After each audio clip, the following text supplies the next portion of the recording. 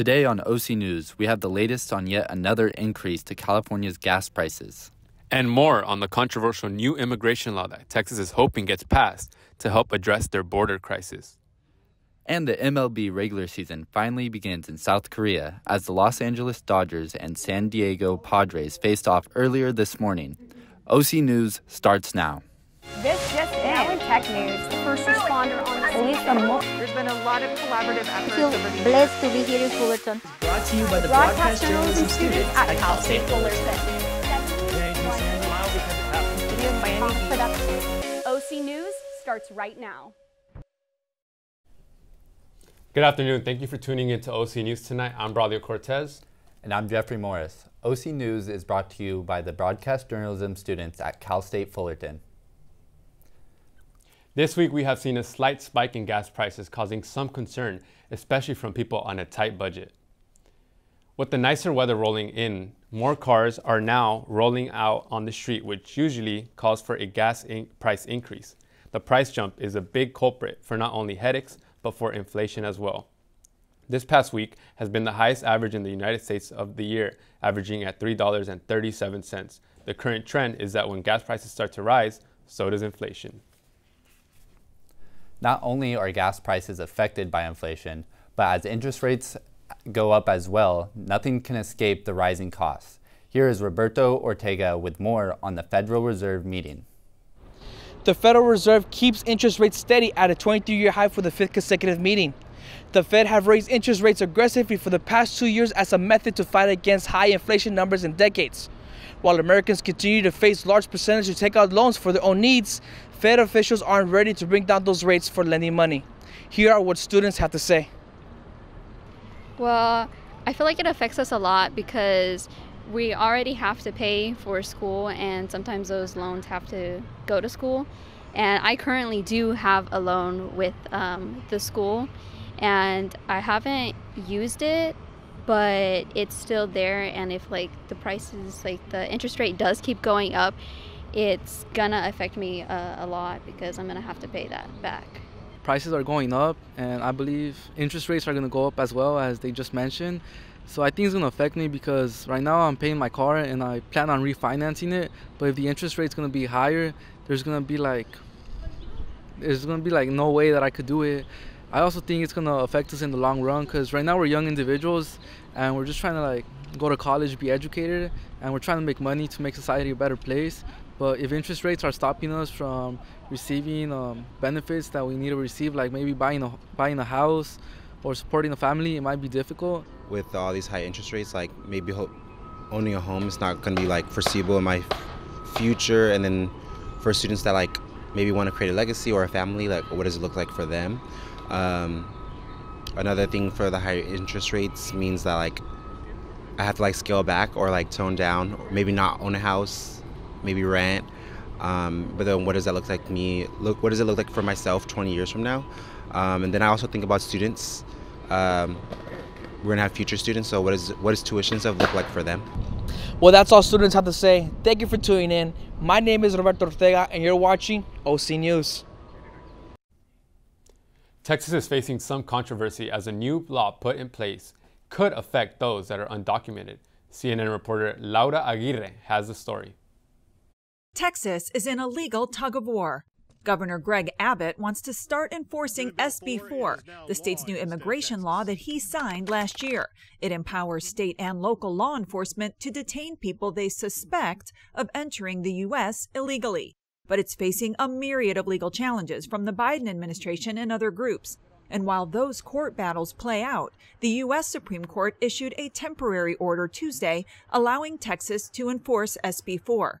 But hours later, a federal appeals court slammed the brakes on that, and the governor pushed back Wednesday. Texas has a right to defend ourselves, and we will use that authority to declare an invasion and fight back against that invasion. No, SB 4 has sparked protests, and critics say it greenlights racial profiling. After Tuesday's legal maneuvering, some cities moved quickly to allay those fears. We don't want our deputies making arrests unless somebody has actually committed a crime. It can be just by seeing somebody and the officer thinking that he's not from here and then asking for documents. It doesn't work like that. But exactly how it will work is now back in the hands of the 5th U.S. Circuit Court of Appeals, for now, with the governor, the state, and the eyes of the nation watching. What Texas is doing on immigration would be akin to them declaring their own wars, would create massive confusion across not just Texas, but other states. I'm Laura Aguirre reporting. Rallies are happening in San Diego to try to keep a maternity ward from shutting down. A rally of medical staff and community members took place yesterday in a march to prevent a maternity ward from closing down at Chula Vista Hospital. The individuals fighting for the ward believe that its closure will put more strain on supporting hospitals. Chula Vista Scripps Mercy Hospital says that they need the beds to support the emergency room. However, the maternity ward is still on track to close down. It's time for a quick break. When we return, Dodger fans, get your popcorn ready. Your season has started. Stay tuned for opening day news and more on Titan Sports.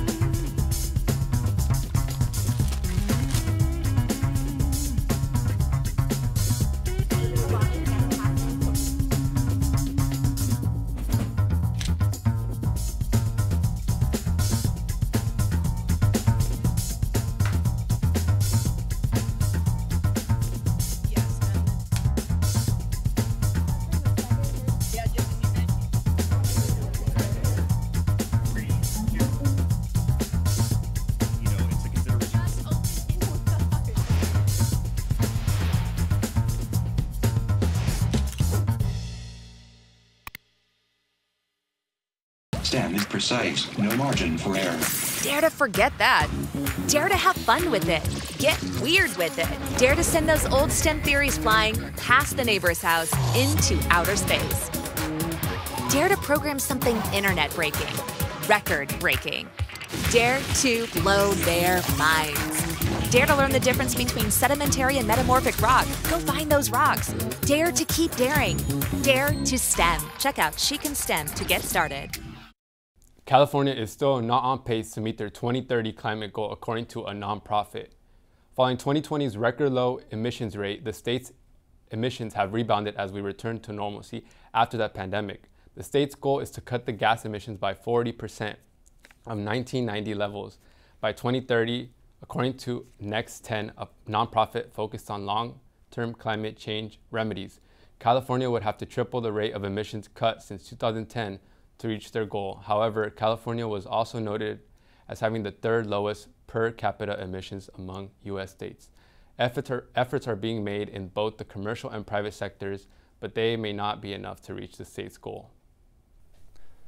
Baseball season upon us, and to start the season off right, we had the Dodgers opener versus the Padres in South Korea.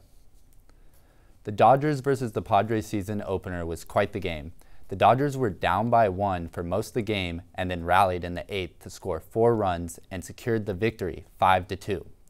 This was Shohei Ohtani's first game as a Dodger. He led the team with 2 hits and 1 RBI. A lot of talk surrounded Ohtani's RBI as it came off the first baseman's Jack Cornworth's glove netting failure. This equipment error allowed the Dodgers to take the lead 3-2 and turn the game in the favor of the Dodgers. While we're talking baseball, we've got Kyle Hankins in studio to let us know how CSUF baseball is doing this season. Thank you, Braulio. We'll get into Titans action in a bit. First, we have some breaking news in the baseball world. The Dodgers have fired Shohei Ohtani's interpreter, Ippei Mizuhara, amid allegations surrounding a $4.5 million wire transfer from Ohtani's bank account for bets placed over international soccer matches. Now, let's get to college baseball. This Tuesday, Cal State Fullerton's baseball team played University of San Diego at Goodwin Field. Colby Wallace hit an RBI triple to left field, and Nico Regino would also have an RBI single into left field in the 4th inning. But it was not enough, as USD would come out the game winning 7-2. With Fullerton's softball team finally finished with their out-of-conference games, they entered their season with their Big West Conference rivals UC Davis splitting their series 1-1 before their final game this Saturday. In the top of the 1st inning, Jesse Alcala would fly out to the center, driving Megan Delgadillo home to take the 1-0 lead. Jumping to the 3rd, Jesse Alcala would double to the left side of the field, bringing in Delgadillo and Kate Verhoff to take a 3-0 lead. In the top of the 4th, the Titans would go on a huge run as Colby McClinton doubled into left center field, driving in Hannah. Madison Sanchez next would have an RBI single into 3rd base, driving in batter Peyton Toto. Already up 5-0, Kate would steal 2nd, and Colby would run to home off an error from UC Davis catcher. Up 7-0, Candace would single to left side of the field as Delgadillo advances to 3rd base and Verhoff scores. Still in the 4th, up 8-0, Zara Perez singled to the shortstop, and Bailey Wallace would make it to home. With UC Davis finally up to the plate in the 5th, they would ground out to a double play, giving the Titans a 9-0 win and a 2-1 conference record. This past week, our tennis team showed up in their matchup. Cal State Fullerton's women's tennis team swept their Big West matchup 7-0 against UC Riverside, increasing their record to 9-4. Lastly, shout out to Natalie Duffy, as she is currently 113th in the Division I Women's Collegiate Tennis Singles ranking. That's what is happening on sports on campus. Back to you guys at the desk. Thanks, Kyle, for the sports update. Stay tuned for Cal State Fullerton's Greek Life. And tomorrow is a very special day in California. It's the state's National Strawberry Day.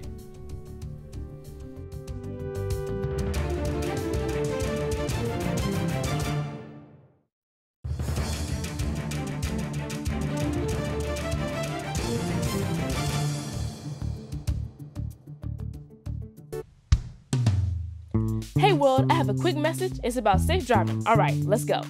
Anytime you're driving, have the seatbelt buckled tight. Both hands on the wheel and your phone out of sight. When not in your hand, trying to text somebody back. Because if you do, your car might get smacked. The moral of the story, just put your phone down. The people on the road will stay safe and sound. Put your phone down, put your phone down. People on the road will stay safe and sound. Yeah.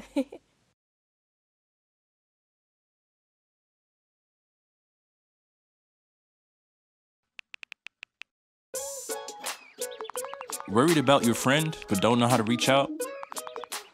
You could say, how are you, or get a fake tattoo. You could ask with an app if it works for you.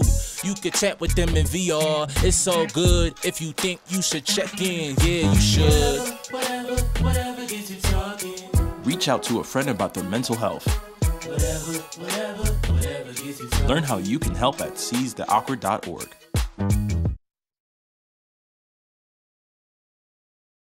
It's Greek Week here at Cal State Fullerton, and Mason Awadala has the latest on our fraternity and sorority life on campus.